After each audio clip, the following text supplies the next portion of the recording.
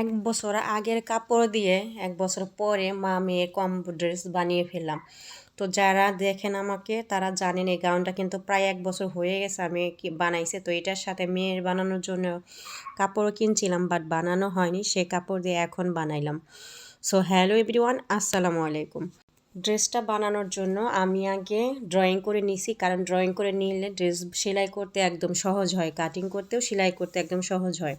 তো ড্রেসটা বানানোর জন্য আমি উপরে টপসের পার্ট এবং প্লাজোর নিচের অংশের জন্য এখানে 1.5 গজ পরিমাণে কাপড় নিয়েছি প্রিন্টের ডাবল জর্জেট, আবার এক কালার ডাবল জর্জেট কাপড় নিয়েছি এখানে হচ্ছে হাফ গজ।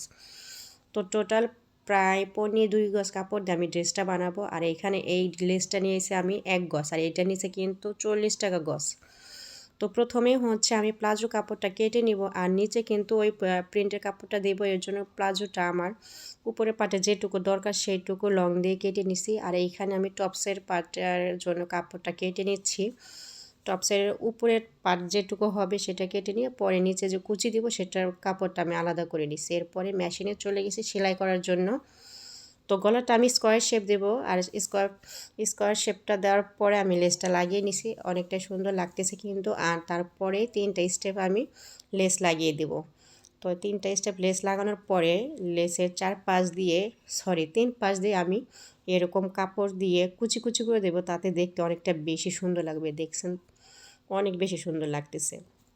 এখন হচ্ছে উপরে টপসের পাটে আমি নিচে যে কুচি কুচি দিব সেই কুচি কুচিটা কিন্তু আগে রেডি করে তারপরে এটার সাথে অ্যাটাচ করে নিচ্ছি। আর এরপরে কিন্তু আমি প্লাজো সেলাই করে নিছি, প্লাজোর উপরে পাটটা আগে সেলাই করে নিছি।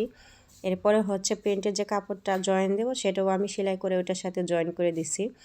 তো প্লাজোটা আমার হয়ে গেছে। এখন আমি এই মেশিনে বসছি ওভারলক করার জন্য, যেহেতু জর্জেট কাপড় ওভারলক না করলে সুতা উঠে যাবে পাশ থেকে। তো এখানে আমি ওভারলকও করে নিয়েছি। এরপরে হচ্ছে প্লাজোতে রাবার লাগিয়ে নেব, এরপরে কিন্তু ড্রেসটা একদম ফুল রেডি।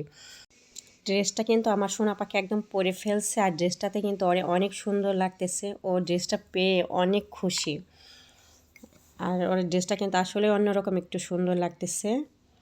তো এখন হচ্ছে এটার সাথে আমিও ড্রেসটা পরে নিছি, আমার যে গাউনটা বানাইছিলাম 1 বছর আগে।